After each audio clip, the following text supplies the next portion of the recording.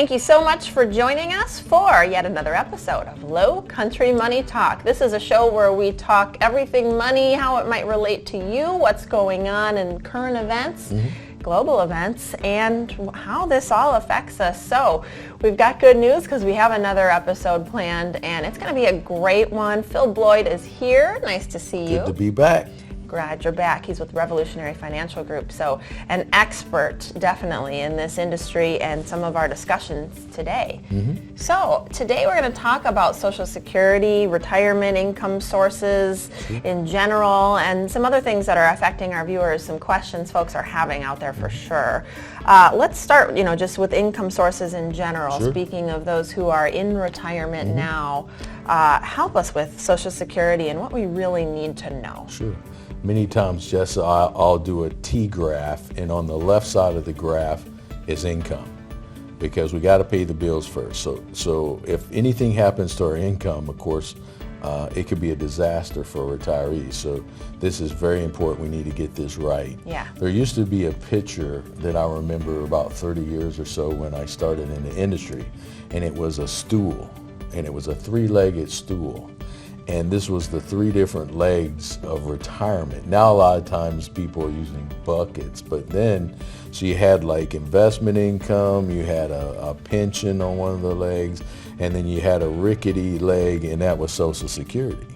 Social Security leg is rickety. Well, people weren't really sure, depending on their age, how that was going to be, when they retired. So, but today retirees use Social Security as one of their main income sources. And as we know, there have been some things that have changed. So we need to talk about that, make sure you all understand what those changes are. And, for folks who may be entering retirement, exactly what plan do you have for taking Social Security? So let's start there. What age is the first age that we can start taking this? Usually we look at reduced income at age 62 that we could start. The first thing I would just like to tell everyone, Jessa, is go talk to Social Security or set up an account on Social Security. They have a website you can go to, you can just easily Google it up. Go to their website, set up an account. They used to mail us a statement, and it would say, okay, if you retire at 62, this is how much you get. Full retirement age for you is 66 and X amount of months. We used to think it was being 55, but that's changed over the year, or 65, excuse me, but that's changed over the years. And then, then they will tell you if you wait till 70 to take it, this is how much you can get. So you need to make sure you get those numbers for you. The other thing you will get on that report, if you set up an account, it'll also show you every year that you've earned income. Wow. So if there's some errors there, you're like, no, I'm pretty sure I made more money that year. You'll want to check that, because that will affect the numbers on the other side. Wow. So make sure you get your report. That's the number one thing. Well, and what's interesting about what you're talking about too is it seems like sort of this mysterious formula. It reminds me of a credit score. Here's your number. I'm not exactly sure how we got there, but you want to make sure you have all the information and that everything's accurate so that you're getting the best score, in this case, the best outcome for Social Security. All right, some folks now, of course, you said 62 is when you can start. Let's say we enter full retirement at 66. Is that something we want to do? Do we try and wait for that number, or maybe even longer? It depends. Are you still working? So if I want to still work and take income at our Social Security at 62, I don't know if that's a great idea, because there's limits on how much income you can make before there's chargebacks and stuff. So I don't know. It used to be at age 65 when Ron Reagan came in, he changed and said, well, if you're 65 and you want to draw Social Security and work full time, you can do it. Now they've changed that to whatever your full retirement age is. And most people that I see, their full retirement age is 66 in a few months, you know, so whatever yours is specific now to you based upon your date of birth and some various things. But the best way to find out is to get your report. Get your report. So start there, and then you can look at some things. Okay. Right. So we're going to talk a little bit more when we come back from the break. Lots of folks wondering about what happens as they do age if they lose a spouse. A lot of things to, you know, really handle there, obviously on the emotional side, but it affects you financially. Sure. So we'll talk about that on the other side of the break. Stick with us. We'll be right back.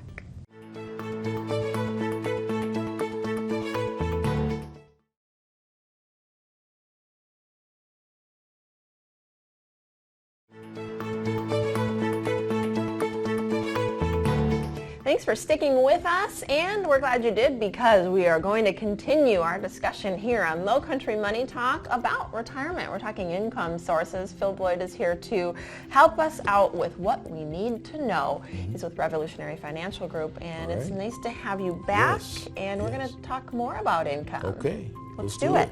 So we talked about Social Security primarily on the first part of this show.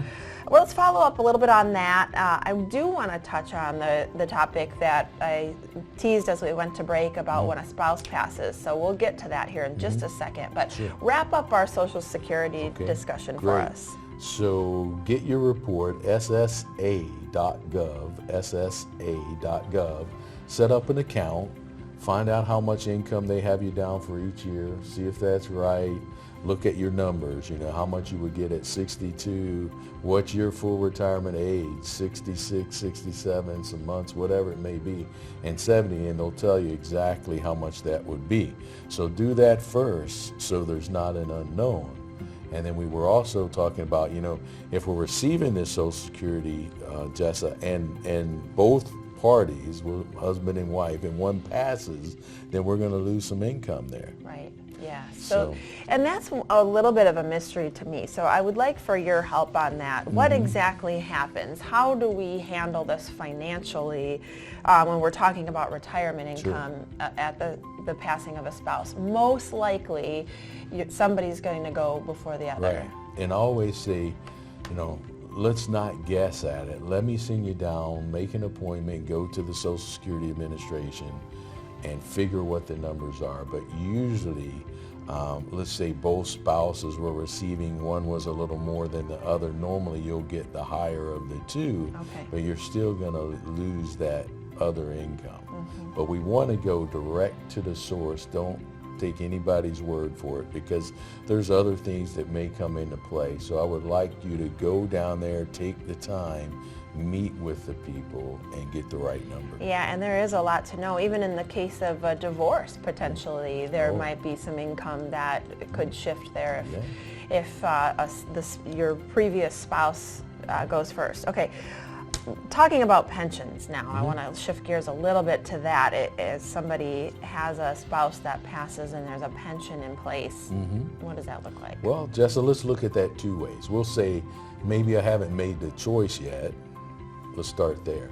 So maybe I'm still working, right? Maybe some of our viewers are. They may work for an entity. Government entities are still big about this, where they have the old dinosaur I call pension.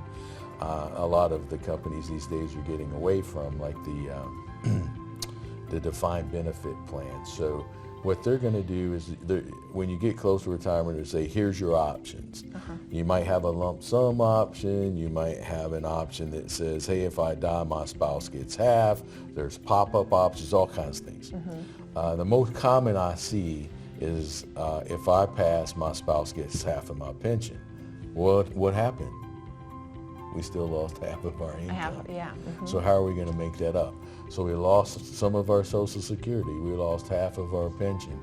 If you haven't retired yet, I would advise you to look into something that we call pension maximization. Okay. I don't have time to get into the details of that. That's something you can call.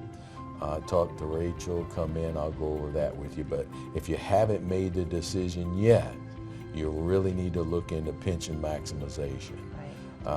The other thing, you have some people say, well, here I'm going to have my wife sign off. I'm taking the highest payout on my pension. If I die, you don't get anything. Here, just sign that. I want to Or- slide you're the not- pen no, back over, right? we can't get that. You know, I've seen that. So that may be part of pension. If you do that, though, what are we going to back that up with? Do we have a life policy or something to back that up? Sure. So If we're going to have that lost income? So that would play into that pension maximum. Well, and there's just so much to know, and that's really what I'm learning here with you, Phil, in the months we've been doing this, is there is so much to know about, you know, just retirement income as a topic, but so many other topics as well, that you really do need the help of an expert to navigate this. And even if you are, you know, feeling like you kind of got it straight, then things change. So you got to have somebody on your side that can help you navigate the changes, make sure it's right for your specific situation, and the team over there, of course, Rachel, if you give a call, can help you do that. We have a whole half of a show left for you, and we're going to dive into some great topics, how they affect you if you are in or nearing retirement, and we'll do that next. Stick around.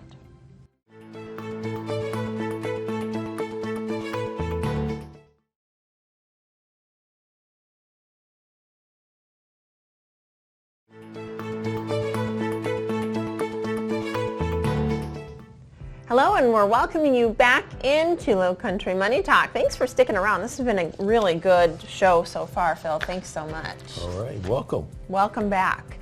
All right, we are talking, if you're just joining us, about income in retirement. And what we've discussed so far is Social Security, different ages to take it, you know, really what you need to know to make sure you're getting the information to make those decisions. We also discussed a little bit, and it's not a happy topic, but it's one that we need to consider if a spouse passes and what that looks like for your retirement income, both on the Social Security side, and we've talked pensions. So we've covered 2 of our 3 buckets. Right? All right, so the third bucket is still up for discussion, and I'd love for you to, you know, just kind of walk us into this topic in a good spot. What do you think? All right, so Jessa, we have Social Security. We have pension. Do we still need money? There's I 2 don't ways. know. Could be no. Could be no. Then we can go home and take a nap. That sounds great. Go golfing. Yeah. Nice day. Okay. So, but on the other hand, maybe we don't need money now, but we may need in the future. Yes. Because we did talk about inflation. You know, inflation, 8.5%. So that's eroding our income. We'll need more. Yes. Yeah. So maybe you didn't need it before, and now suddenly it looks like you do. Sure. Yeah. So Okay. the next thing we'll look at is investments. Okay, so this is the money that we've saved all of these years in working, and this has to be the next bucket or the third part of the 3-legged stool.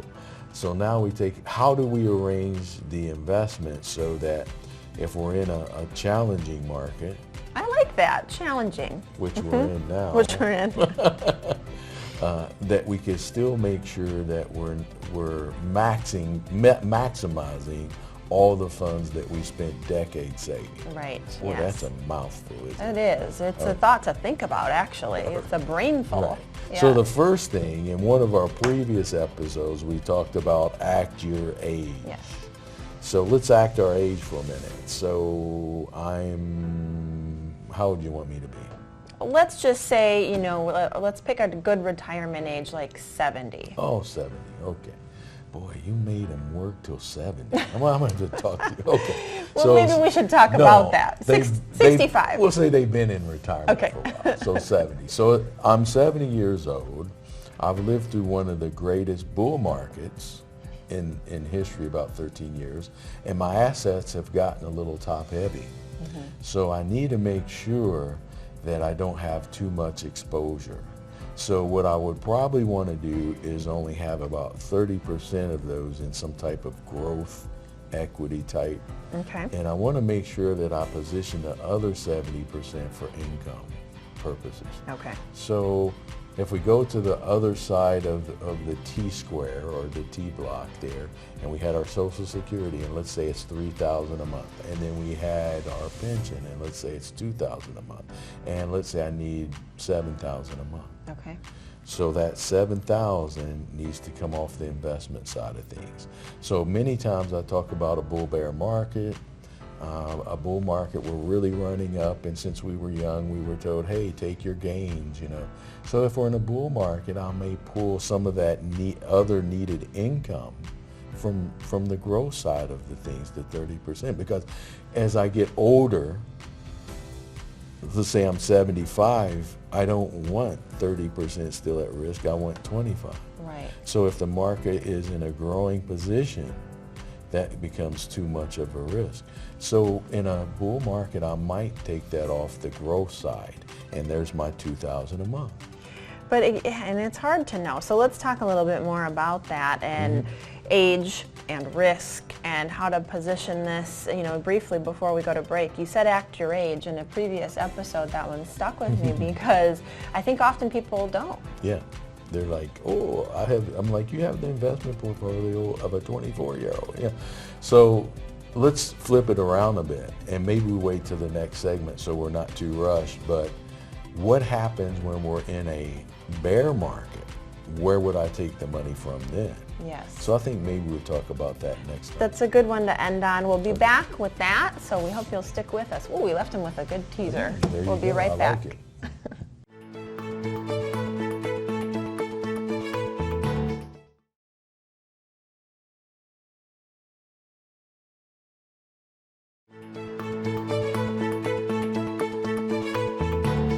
Okay, you've made it to our final segment on Lowcountry Money Talk. It's actually gone just really fast. Snuck up on me. These conversations do, because we're covering a lot of information. It's all good information for those of you who are retired, nearing retirement, or really just anyone. We're talking a lot about Social Security, pensions, and investments, which all fall under one general umbrella of income. So we're talking retirement income, of course. Right.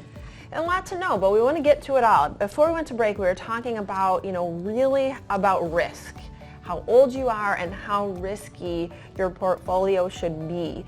And the problem we're seeing right now is the answer really is different based on whether we're in a bull or a bear market. Right. So how do we handle risk in a bear market? Okay, so we spoke about the bull. So in the bull, we were taking off earnings for income. But now we're switching over to a bear. So when we say that, we mean that the market's in decline. So we don't really want to sell our appreciable assets to take income, because then when the market recovers, we won't have as much in it, so we won't benefit from the recovery. So the idea would be to have a strategy to where when we are in a declining market, or we'll call it a bear market or so, that we can still have our same income, because we still need to pay the bills. Yes, we do. The bills don't change. Well, they might be going up, is the problem. Unfortunately. Yeah. But we need to have a source of assets that aren't declining in the market, bear market, where we can withdraw our income. So then we need to set up, make sure we talked about exposure and being overexposed, had some fun with that. So we want to make sure that we have another asset class that we can dig into. There's several different ones. That's where you need to get your analysis done and call in and all that. But to draw that 2,000, so we need to change that. Right. If we don't, then we're not going to enjoy that next bull market, because we're not going to have the exposure that we need. So if I'm understanding, you know, just sort of saying it in plainly, in layman's terms for me, and maybe some of our viewers to be helpful, in a bull market, some of that income, of course, is coming from the investment side of things, and that's okay because they're gaining. Yes, right. So you can sell high. You don't want to Buy sell low, sell high. low. But in a bear market, the problem is you'd be selling low, and obviously that's a no-no. We don't want to do that. So, okay, so you have to handle it differently. Right. And this is where we're talking about, you know, really needing somebody to walk you through what is your situation, how risky are your assets, and are you overexposed? Yeah. So you Sunburn. can help us with this, and you call the office. Rachel will answer the phone and help you set up a risk assessment so that you can really find out if your particular income is going to sustain regardless of the market. Yeah, once we get into that bear market, you know, the crystal balls are different. We don't know how long it's going to be. Right. So we just need to make sure we have that source ready and prepared. You know, keep an umbrella for a rainy day, right? Just in case. So that we have that taken care of. When we're in retirement, we don't have as many years, unfortunately, to make up bad market times. Exactly. So make sure we're prepared. I think the biggest question on a retirement person's mind, somebody who's in retirement, is do I have enough to last? And the answer to that question is you can, as long as you're making the appropriate adjustments along the way. What I always tell people, Jessa, it's easier, in my opinion, to have maybe short term or so, more that maybe we're not getting a huge gain on that's more protected than it is if we lose 30%. You know, it may take longer to make it up than it is to change and add more later. So at this time in history, I would say it would make more sense to be more cautious, obviously, and have that emergency fund. You know, talk about that. Yeah, absolutely. The emergency fund is key, and having the right amount. You know, you don't want to have too much, as you mentioned on the break. We don't have time to go into that today. We're wrapping up our episode, but we'll leave you with a to-do list. You can do two things. You can call the office, make sure you get a risk assessment and a portfolio analysis, and talk to Rachel. And you can join us here on our next episode of Lowcountry Money Talk. Thanks, Phil. All right, you're welcome. And thank you. We'll see you next time.